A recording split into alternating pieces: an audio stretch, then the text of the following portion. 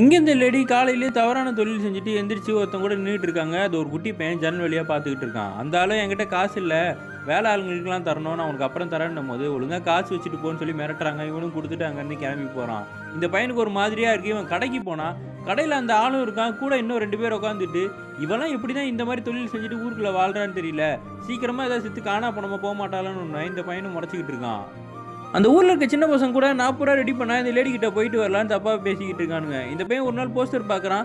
தப்பான படம் எடுத்திருக்காங்க. அதுல வந்து ஒரு சின்ன பையன் நிக்கிற மாரி தெரியுது. இவன் அத பார்த்துக்கிட்டு இருக்கான்.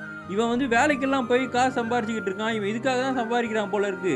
காசெல்லாம் எடுத்துக்கிட்டு ஒரு நாள் அந்த லேடி வீட்டுக்கே உள்ள போறான். அப்போ ஒரு ஆள் சிரிச்சுக்கிட்டே போ போ உள்ள போன்னு சொல்லி அனுப்பி விடுறான். அந்த லேடி இவன பார்த்தோன்னே அமைதியா உள்ள போறாங்க. இவனும் ஃபாலோ பண்ணிட்டே பின்னாடி போறான். உள்ள போய் அவன் வச்சிருக்க காசு எடுத்துட்டு வந்து வச்சுட்டு, "இந்தாங்க இந்த காச வச்சுக்கோங்க. இன்னும் வேணும்னா கூட கேளுங்க. ஆனா தயவு செய்து இந்த தொழில மட்டும் பண்ணாதீங்கன்னு" சொன்ன உடனே அவன் கன்னத்திலேயே அரைஞ்சிடுறாங்க. அவன் அழுதுகிட்டே சொல்றான், "எங்க அம்மா இந்த மாரி தொழில் பார்க்கறத என்னால கண்கூட பார்க்க முடியல.